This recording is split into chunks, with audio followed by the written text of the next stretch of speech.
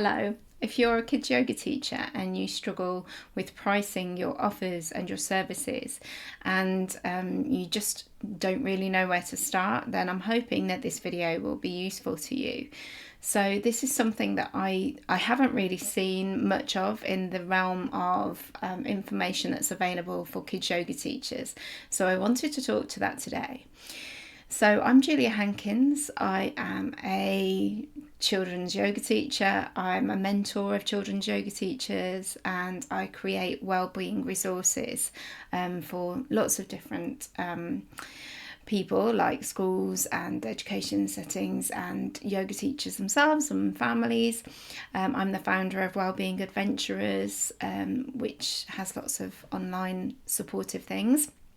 And today I'm going to be talking all about pricing, because this is something that I get asked a lot by the people who I mentor, and it's something that I actually really struggled with a lot myself when I was in the early days of my business.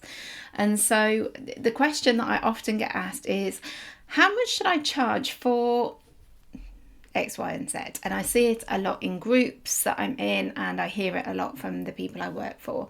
And this is such a tricky one because I don't think there's really one answer, and there are lots of different things to consider. And so today in this video, I'm going to be talking about some of the issues that you might want to consider for your kids yoga business. So the first one is something that I didn't even know existed, didn't even know it was a thing until I started working with my a business mentor myself, and that is money mindset. I didn't even know it was a thing, and since learning about it, I realised how much it is part of everything. And so it's a really common thing to say how you do money is how you do everything, and I can't remember where I heard that from, but it's not mine. But yeah, it's really true. And so as I've been building my own business, as I've been working, I realised that I have a lot of money stories myself. And so these have come from, these limiting beliefs have come from family stories that have been passed down, through generations. They've come from my career as being a teacher. They've come from the circles that I move in. And so quite a few of these money stories are particularly pertinent, I think, for kids yoga teachers.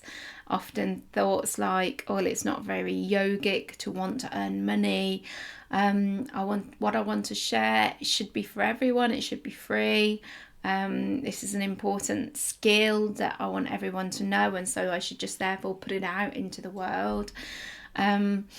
And also another one is that if you work for community groups or schools or families, then you may really want to limit how much you're charging, because you may think, oh, well, people can't really afford that service, and so I will undercharge. And so these are the conversations that happen in the communities that I'm in.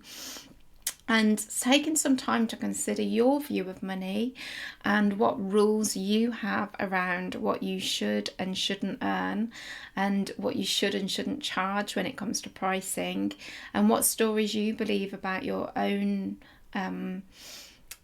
capacity to earn money. That's a really powerful exercise. So getting to know your own money mindset is a really useful thing. I really like the work of Denise Duffield Thomas. She has some books called Lucky Bitch, Get Rich Lucky Bitch, Chillpreneur, and she also has a podcast which I find really useful to kind of consider my own money stories, because I am a work in progress myself. I definitely have my own beliefs, and actually I had some kind of resistance in even recording this, because I felt like, well, who am I to talk about money? Who am I to talk about pricing? What do I know about it? I'm just, an ex-teacher who now has a wellbeing business. What do I know about that? But actually I just want to share with you the experiences and the knowledge that I picked up so far. Another thing to think about is, well, it's actually just a piece of advice, which is do not do this. So don't do this. When setting the price for a workshop or event or a class, it can be really, really hard to know where to start, and it can be tempting to look at what other people are charging and to base your pricing on other people's. But please don't do this. It's really not a good idea. It might give you an idea for a starting point, definitely, but it doesn't allow for you or your situation or what you're going through or your needs, your expenditure. It doesn't allow for any of you. It's someone else's price, and it's based on their situation, their needs, their own money stories even. And so that person may have set their prices, but they may not be earning any money at all from it. It may end up being completely, that it may just not work for them. So what, it doesn't really help to look at other people's and set your charges based on that. So what should you base it on? So here are some things that I think are really useful to bear in mind when you're setting prices for your offerings.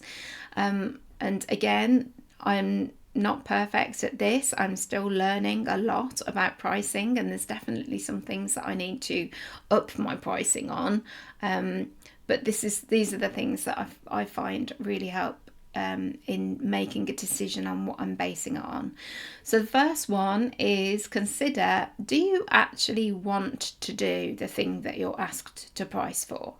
It's taken me like 7 years of my business to get to the point where I actually do this now, because I was very much a people pleaser in my business, and I would do like, oh, somebody's asked me to do such and such, so I should just do that. Oh, I've been asked to put on this extra class, so I should do that. Or I've been asked to work at this school, so I should do that. The opportunity comes, I should do it. But actually, do you want to do it in the first place? That's the first thing. And then considering, if you do want to do it, thinking about how much work is involved in the planning and the preparation. How many hours will you be actually delivering your thing for? How many hours will you be teaching for? What are your travel costs? What other costs are there? Maybe are you having any kind of refreshments, or do you need to buy resources? Do you need to do any additional training? Do you need to buy any extra props or any extra things for this thing? And then, are there any other personal costs to you? So, for example, you may have responsibilities such as children. I have children, and so I need to consider whether childcare, I need to factor in that price, that cost. So those are all things to consider before you even set your price. And then when you've considered all of those and you've written all of those down, have a think about what do you feel comfortable earning from it? So what's your comfortable level of oh, okay, this feels okay, but what would you also feel overjoyed to earn? What would be amazing to earn? And then I base my own prices on this. What's comfortable for me? What covers all my costs and feels like a comfortable profit for me? And then what feels like really wonderful and special? And then some sort of in between. And then if you're like me, you probably will start low and then edge up your prices as you go. And that's all down to your own money stories and things that you believe about yourself. Another thing that I find really useful is setting rates. So spending some time to yourself, maybe not if you've been asked to do something, setting your rates at that time is probably not that useful. But when you've got the time to do it, spending some time considering rates that feel comfortable for you to charge as a regular thing, because then it manages your stress in these kind of situations. If somebody asks you to do something, you've already got that information there. This is what I charge for this, and then you may want to add on extra stuff if it's extra travel time or extra fuel costs, for example, you may want to add that on perhaps. Or you may want to charge more if it's a bigger group, for example. But if you have in your mind or in a document, even better, your core prices of what works for you to charge. And that could be like an hourly rate, it could be a half day rate, it could be a day rate. And then that helps you to build on, it helps you to formulate these ideas in your mind. And you may also have different rates for the different services that you offer. So you may have rates for your community classes, you may have rates for schools work, you may have different rates if you ever deliver any adult stuff. And so thinking about the services that you offer, what are your rates that you're comfortable with, and what are your rates like you're extended, pushing it a little bit. So another thing that can be really useful is creating packages. I'm going to talk more about this next week in next week's video, so stay tuned for that. It may already be up, actually. If you don't watch this immediately, it might be worth checking the video after this one, which will all be about creating packages, particularly for schools, because the vast majority of my work at the moment is in schools. And so packaging up your offerings enables clients to make a simpler choice or have a starting point for their own individual needs, and it gives you a basis upon which you can build upon, like this package. But unfortunately, the really uncomfortable truth about pricing is that there is no real answer. And I really love what the money mindset coach Denise Duffield Thomas says about this, because she says that you can literally pull a number out of your ass and see how it feels. And so I really like that idea of just like starting with a number and how does it feel to you? How does that number feel? And so the idea for me that there isn't a perfect price is at the same time liberating and also really scary, because there's no right answer. And if you're somebody that likes to get things right, this is really tricky. So it's a kind of an art and a science, but considering all the things that you do already know about what you need. You can also your price isn't fixed forever. You can start with a price, and then if you realise, oh, actually this isn't really working for me because I find that I'm doing a lot more work than I thought it was going to take, this is too low, and so you can up your price, and that's okay too. So one thing I really want to say here is don't let pricing be something that stops you from moving forward in your kids yoga business, and don't let it be something that limits you. Because we can procrastinate, can't we? Can get stuck and think, well, I don't know how to price that, so we just won't. You can get wrapped up in your own heads and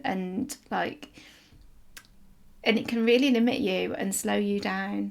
And so I just want to say, the perfect price, firstly, it doesn't exist. It's not what everyone else is charging. There isn't a magic formula. The perfect price is the one that works for you in your situation. And so if you would like some help with this and you don't really know where to start or where to begin, or you'd like a little bit of hand holding along the way, then why not book in a session with me? We could work together for an hour to talk through your needs and offerings that you've got, and I can support you with that. So it's possible to work with me for just 1 hour. It's also possible to work with me on a longer mentoring package. Talking about pricing, I will be putting my prices up very soon. So if you have been considering working with me in a mentor package, email me at julia@juliahankins.co.uk and lock in the price that I'm currently offering, because this is going to go up really soon, because I've realised that I'm not charging enough for the amount of time that I commit to my mentoring. So yeah, a word from me, you can change your prices, and that's exactly what I'm going to be doing soon. So thank you for watching. If you found this video really useful or something was interesting, then like it. Please subscribe. Make sure that you're signed up to my mailing list so that you can have more free resources from me. I'll put the link in the description here. And I'd really love to know your takeaway here. Is there anything that you heard that you were like, oh, actually, I've not considered it in that way before? And remember, if you if you're not earning money in your business, this is something that was said to me. It's like really hard truth talk by my business mentor. If you're not earning money in your business, then you're actually just a hobby.